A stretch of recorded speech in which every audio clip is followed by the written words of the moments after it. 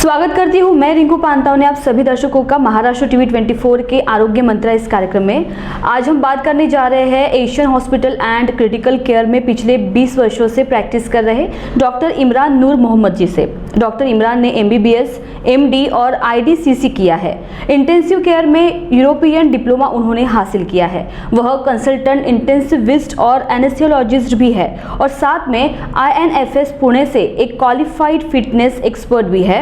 आज हम उनसे बात करने वाले हार्ट अटैक इस विषय पर। डॉक्टर इमरान, आपका स्वागत है। थैंक यू सो मच मुझे इनवाइट करने के लिए और दर्शकों के बीच बहुत सारे मिथ्स बस करने के लिए। सर, इंटेंसिविस्ट क्या है, हमें इसके बारे में बताइए। इंटेंसिव केयर एक सुपर स्पेशलाइज्ड फील्ड है जिनकी पहले बेसिक स्पेशलिटी एनेस्थेसियोलॉजी होती है, MD इंटरनल मेडिसिन भी होती है, MD चेस्ट होती है।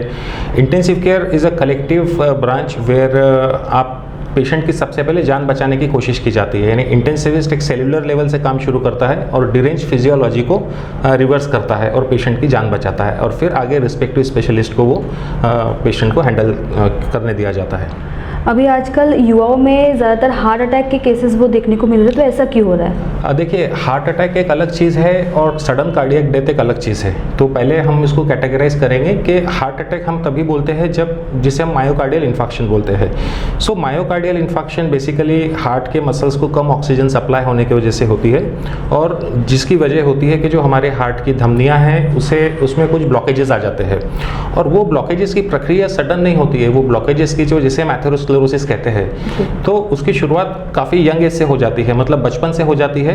और ये जो एथेरोस्क्लेरोसिस है ये एक डायनामिक प्रोसेस है। लाइक ये क्लॉट्स, कोलेस्ट्रॉल और जो फैटी प्लाक्स हम जो बोलते हैं, ये धीरे धीरे ब्लड वेसल्स में जमा भी होते रहता है और निकलता भी रहता है। बहुत कुछ ये डिपेंड करता है कि आपका बचपन से यंग एज से आपकी लाइफस्टाइल कैसी है। एंड एक बार वो प्लाक जब बन जाता है तो उसको ब्रेक होने के बहुत सारे रीज़न होते हैं। लाइक सबसे बड़ा रीज़न है high cortisol in your blood, जिसे हम कहते हैं कि क्रोनिक स्ट्रेस। दूसरा होता है tobacco smoking and tobacco chewing. तीसरा होता है सडन एक्साइटमेंट और चौथा होता है अनअकस्टम्ड एक्सरसाइज। सो जो अभी रिसेंटली हमने देखा है कि जिम में इतने सारे जो एपिसोड्स हुए हैं, पर्टिकुलरली कुछ बॉलीवुड एक्टर्स में, एंड अभी रिसेंटली भी एक एपिसोड हुआ है, तो इसका कारण जिम नहीं है। मतलब लोगों में ये डर पैदा हो गया है कि जिम की वजह से ही ये ऐसा हुआ है, बट एक सिंपल फैक्टर है कि ये इसका कारण जिम डेफिनेटली नहीं है। ये इसके मल्टीफैक्टोरियल कारण है जो हम अभी डिस्कस करेंगे आगे आपके साथ। तो हार्ट अटैक होने के पीछे के कारण क्या हो सकते हैं? हार्ट अटैक होने का पीछे का कारण है lack of sleep, lack of stress and lack of exercise and improper diet, जिसे हम कहते हैं कि and obesity and diabetes mellitus. सबसे इंपॉर्टेंट है ब्लड शुगर का बढ़ा रहना। क्रोनिकली ब्लड शुगर जिनका बढ़ा हुआ रहता है, जो डायबिटिक रहते हैं, उनमें ये प्लाक रप्चर होकर हार्ट अटैक आने के चांसेस बहुत ज़्यादा बढ़ जाते हैं। तो ज़्यादातर ऐसे देखा जा रहा है कि जिम में एक्सरसाइज करते वक्त ही ये जो सिम्टम्स है, हार्ट अटैक जैसी चीज़ें हो रही है, तो ऐसा क्यों है? जैसा मैंने बताया कि देखिए, जब ये जो हार्ट अटैक आता है ये होता है प्लाक के रप्चर होने की वजह से। प्लाक यानी ब्लॉकेजेस। सपोज एक आपकी ब्लड वेसल है जिसमें सिर्फ 10% ब्लॉक है। अब आपने अचानक से ऐसी कोई एक्टिविटी कर ली है जहाँ पे आपका ब्लड प्रेशर अचानक से रेज हुआ और वो प्लाक में छोटा सा टेयर आ गया, मतलब प्लाक रप्चर हो गया। प्लाक रप्चर होने के बाद वहाँ पे ब्लड के क्लॉट्स आके जमा हो जाते हैं और वो 10% को वो 100% में कन्वर्ट कर देते हैं। इसको हम कहते हैं एक्यूट कोरोनरी सिंड्रोम। अब ये एनी कॉज जिससे ब्लड प्रेशर बढ़ेगा उसके वजह से ये होगा। इनफैक्ट मैंने अपने पिछले 15 साल के करियर में से बहुत कम पेशेंट्स देखा हूँ जिनको जिम करने के बाद हुआ है।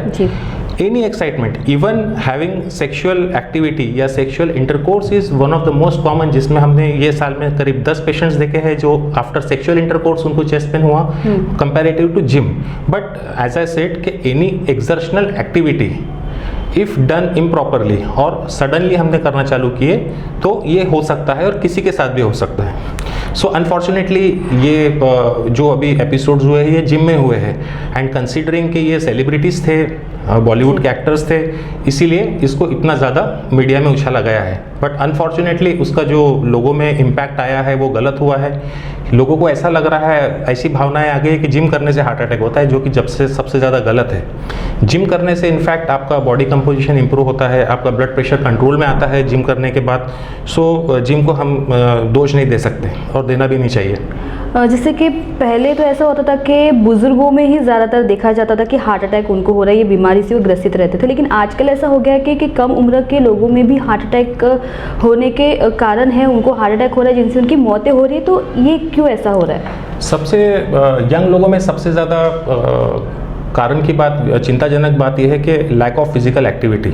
आज सेडेंटरी लाइफस्टाइल हो गई है, पर्टिकुलरली ये लॉकडाउन के बाद से लोगों ने अपनी एक्टिविटी लेवल कम कर दिया है और डाइट पे बिल्कुल कंट्रोल नहीं है लोगों का। डाइट एक बहुत बड़ा इंपॉर्टेंट एस्पेक्ट है। आपको आपका बॉडी कंपोजिशन या बॉडी फैट परसेंटेज कम रखना है और साथ में एक्सरसाइज रेगुलरली करना है, और आपको एक रेडिकली लाइफस्टाइल को और अपने बिहेवियर को चेंज करना है। जैसा मैंने आपको पहले भी बताया कि ये जो एथेरोस्क्लेरोसिस है, मींस जो कोलेस्ट्रॉल डिपॉजिट होता है ब्लड वेसल में, इसकी प्रक्रिया काफ़ी यंग एज से शुरू हो जाती है। इनफैक्ट 10-12 साल से ही शुरू हो जाती है, जब बच्चा 10 साल का रहता है, और ये धीरे धीरे over the period of time जाके ब्लॉकेजेस बनते हैं। तो आपको अगर इस चीज़ से बचना है तो आपको पहले से ही, बचपन से ही अपने बच्चों को ये ज्ञान देना है कि आपको उनका डाइट का importance of diet, proper diet in their life and importance of regular physical activity उनको देना ज़रूरी है, तो ही आगे जाके हम इस चीज़ से बच सकते हैं। हार्ट अटैक जैसे गंभीर बीमारी से बचने के लिए हमें जीवन शैली में क्या बदलाव लाने होंगे? जीवन शैली में बदलाव लाना के लिए सबसे पहले हमें अपना डाइट कंट्रोल करना ज़रूरी है। एक प्रॉपर ऑप्टिमाइज्ड, जिसे हम स्ट्रक्चर्ड न्यूट्रिशन कहते हैं, कि आपको अपने बॉडी वेट के हिसाब से, आपके गोल के हिसाब से आपको अपना डाइट पे फोकस करना है। प्रोटीन इंटेक हमको बराबर करना है हमारे शरीर में, क्योंकि आज WHO के मुताबिक, वर्ल्ड हेल्थ ऑर्गेनाइजेशन के मुताबिक 80% इंडियंस आर प्रोटीन डिफिशिएंट। आज हमारा जो एवरेज प्रोटीन इंटेक है वो 30 या 40 ग्राम है, जो खास करके वेजिटेरियन लोग हैं इंडियंस। कम से कम एक 80 से 90 ग्राम 100 ग्राम प्रोटीन एक ज़रूरत है, और हम वहाँ पे लैक कर रहे हैं। और सेकंड के lack of physical exercise. Third important है कि स्लीप, 8 घंटे हमको एक अच्छी कांस्टेंट स्लीप की ज़रूरत है। स्ट्रेस हमको बिल्कुल नहीं लेना है, स्ट्रेस से हमको बचना है, सडन एक्साइटमेंट से हमें बचना है। टाइप ए पर्सनैलिटी जिसको बोलते हैं, जो टाइप ए पर्सनैलिटी रहते हैं, जो always on the toes and बहुत ज़्यादा वो उत्तेजित रहते हैं, उस चीज़ से भी हमें बचना है। रेगुलर मेडिटेशन करना है, एक जगह ध्यान लगा के, उससे हमारा थोड़ा स्ट्रेस कम होता है। And last and most important is smoking से बचिए। Tobacco in any form is way more dangerous than any other factors. जी, तो डॉक्टर किस उम्र तक हमें जिम, एक्सरसाइज, योगा, मेडिटेशन, ये सारी चीज़ें करनी चाहिए?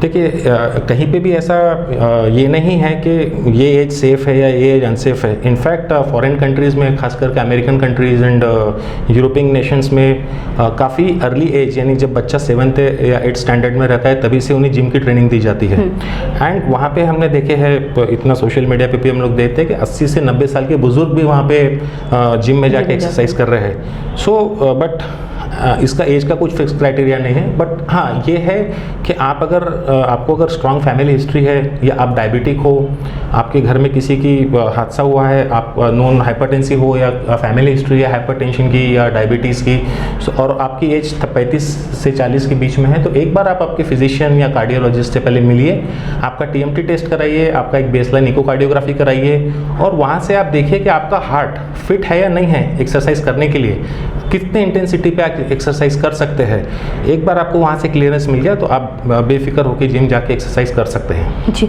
तो इसमें जो है वो खान पान भी बहुत ज़रूरी है, तो खान पान में किस तरह की बदलाव करने की ज़रूरत है इसमें? खान पान में देखिए, वो डिपेंड करता है कि अगर आप ओबीज है, मतलब आपका वेट अगर ज़्यादा है, आपका BMI ज़्यादा है या बॉडी फैट परसेंटेज ज़्यादा है, तो आपको कम खाना है विद एडिक्वेट प्रोटीन, मतलब कैलोरी डेफिसिट। वो एक बड़ा टॉपिक है काफ़ी, उसके ऊपर हम कभी डेफिनेटली फिर से चर्चा करेंगे, आप जाके देखिए। बट इन जनरल एक जो जनरल रिकमेंडेशन है, एज आई सेड, कि इंडियंस आर प्रोटीन डिफिशिएंट, हम लोगों में प्रोटीन की बहुत कमी है, तो प्रोटीन को पहले प्रायोरिटाइज करिए, प्रोटीन हर फॉर्म में आप खाइए, एंड बाकी प्रोसेस्ड जो फूड्स रहते हैं या जंक्स रहता है उससे बचिए, और रेगुलर एक्टिविटी करिए। तो ये जो है, ये जो बीमारी है, ये महिलाओं के लिए भी लागू है, क्योंकि उन्हें भी हार्ट अटैक के प्रॉब्लम्स होते हैं, इश्यूज होते हैं। तो क्या महिलाओं ने भी एक्सरसाइज करनी चाहिए, जिम में जाना चाहिए? बिल्कुल बिल्कुल, महिलाओं के लिए तो बहुत ज़्यादा इम्पोर्टेंट है, बिकॉज चाहे वो पुरुष हो या महिला हो, 30 साल के बाद या 35 साल के बाद नेचुरली हमें हमारी मसल्स कम होती है, जिसको हम कहते हैं सार्कोपेनिया, और हमारी स्ट्रेंथ भी कम होती है, जिसे हम कहते हैं डायनापेनिया। और सार्कोपेनिया यानी हर दशक में, हर डिकेड में हमारा 5 to 10% मसल लॉस होता है।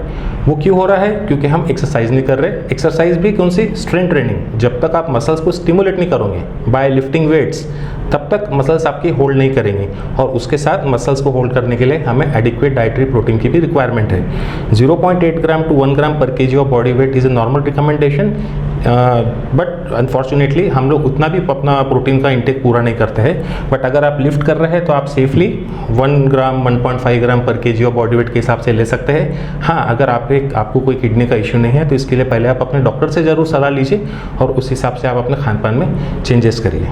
इसके अलावा आप कोई सलाह देना चाहते हो या कोई संदेश देना चाहते हो कि हार्ट अटैक से बच सके? हार्ट अटैक, जैसा मैंने बताया कि बहुत सारे लोगों को जो सडन कार्डियक डेथ होती है वो हार्ट अटैक से नहीं होती है। हार्ट अटैक मतलब डेथ के बहुत सारे कारण हैं, लाइक इवन एक सिंपल इलेक्ट्रोलाइट इम्बैलेंस से भी या हाइपोकैलेमिया से भी अचानक से कार्डियक अरेस्ट आ जाता है। किसी का हार्ट का मसल्स बचपन से बड़ा रहता है, जिसे हम हाइपरट्रोफिक कार्डियोमायोपैथी बोलते हैं। उस कंडीशन में अचानक से सडन डेथ हो जाती है। किसी को एरिथमोजेनिक हार्ट डिजीज होता है, मतलब उनकी जो हार्ट की जो बीट्स है वो रेगुलर ना होते हुए इरेगुलरली चलती है, वो भी एक बहुत इंपॉर्टेंट कारण है। और चौथा कारण है इश्केमिक हार्ट डिजीज, लाइक जिसको हम एक्यूट कोरोनरी सिंड्रोम कहते हैं, जो मैंने इसके पहले बताया कि जो एथेरोस्क्लेरोसिस का जो प्लाक है वो रप्चर होता है, और उसके बाद वहाँ पे ब्लड का क्लॉट बनता है, और वहाँ पे सडनली पेशेंट लैंड अप होता है ट्रबल में। तो ये सब चारों चीज़ों से बचने के लिए आप सबसे पहले आपका इवैल्यूएशन कराइए। अगर आप फिटनेस में आना चाह रहे हैं, आपको अगर फैमिली हिस्ट्री है, एंड कोई भी चीज़ को सीरियसली लीजिए। आप अगर अनकस्टम्ड है, आप डे 1 को ही जाके अगर आप जिम में हेवी लिफ्टिंग करोगे तो वो भी गलत है। आप ग्रेजुअली प्रोग्रेस करिए, हर टाइप की एक्सरसाइज करिए। बहुत से लोग एक्सरसाइज से सोचते हैं कि वेट लॉस होगा, बट आप एक्सरसाइज को वेट लॉस से मत देखिए। Exercise is for general fitness. Weight loss या फैट लॉस करने के लिए आपको एक डाइट फॉलो करनी है, ना कि एक्सरसाइज। डॉक्टर इमरान, मुझे कोई मूल मंत्र है जो अपने जो दर्शक है, ऑडियंस है, वो फॉलो कर सके? ओके, मैं जो चीज़ बताऊंगा ना, तो वो इम्पोर्टेंस यही रहेगा उसका कि सबसे पहले अपनी स्लीप को फिक्स करिए। 8 घंटे सोना ज़रूरी है, और वो भी अनइंटरप्टेड स्लीप। और स्लीप का एक शेड्यूल बनाइए जो रेगुलर रखिए। स्क्रीन टाइम अपना कम से कम करिए। दूसरा, आपकी जो डाइट है उसको आप कैलोरी काउंट करके खाइए अपने गोल के हिसाब से। तीसरा, आपका प्रोटीन इंटेक ऑप्टिमाइज करिए। सबसे पहले प्रोटीन अपना का कोटा अपना पूरा करिए। 4th is strength training. जैसा मैंने बताया कि सार्कोपेनिया से बचने के लिए हमारे पास एक ही चीज़ है, that is strength training and optimum protein intake. और 5वां है टोबैको अवॉइड करिए। ये 5 मंत्र अगर आप फॉलो करेंगे ना, तो आपको शायद ही कभी कोई डायबिटीज़ या हार्ट डिजीज़ के ऐसे कुछ प्रॉब्लम लाइफ में आए। थैंक यू डॉक्टर, आपने बहुत अच्छी जानकारी दी है। तो दर्शकों, ये थे डॉक्टर इमरान नूर मोहम्मद जी, जिन्होंने हमें हार्ट अटैक जैसे गंभीर बीमारी के चपेट में ना आ सके इसके बारे में महत्वपूर्ण जानकारी दी, और साथ में जिम में एक्सरसाइज करने के फ़ायदे और नुकसान के बारे में भी बताया। खान पान और जीवन शैली में क्या बदलाव किए जा सकते इसके बारे में भी अवगत कराया, और उन्होंने 5 मूल मंत्र भी बताए हैं जो दर्शकों को ज़रूर फॉलो करने चाहिए। आरोग्य मंत्र इस कार्यक्रम में अगली बार हम फिर से मुलाकात करेंगे। तब तक आप देखते रहिए Maharashtra TV 24। The Arvind store is now open at Manish Nagar. Here you can get men's fabric like linen, cotton, suiting, shirting. Customized tailoring of shirts, pants, suits, jeans, jackets, kurta pajamas and many more are also done here. Ready-made t-shirt, innerwear, belts and ties are also available. All that a fashionable man wants is available here. It's a showroom for up-to-date men. Formal stitching for ladies too is done here by Arvind trained tailors. Visit now to get festive offers like never before. So remember, the Arvind store, Manish Nagar, Besa, Somalwada Road, opposite Krishna Super Bazaar, Nagpur. सोने चांदी के आभूषणों के लिए आइए एकमेव विश्वसनीय jewellery shop Shri Dhanlaxmi jewellers में।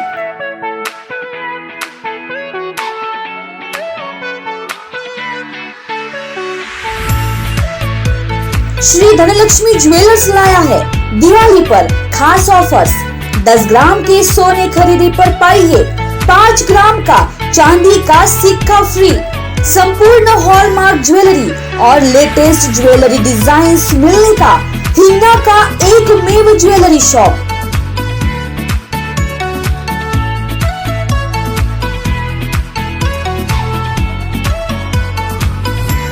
हमारे यहाँ पर ऑनलाइन और डिजिटल पेमेंट भी स्वीकार किए जाते हैं। बहुत ही जल्द अब नई शाखा जलाराम मंगलम में, तो देर किस बात की, एक बार अवश्य पधारे। श्री धनलक्ष्मी ज्वेलर्स, पारधी नगर, हिंगा रोड, नागपुर। Contact number 9423102449।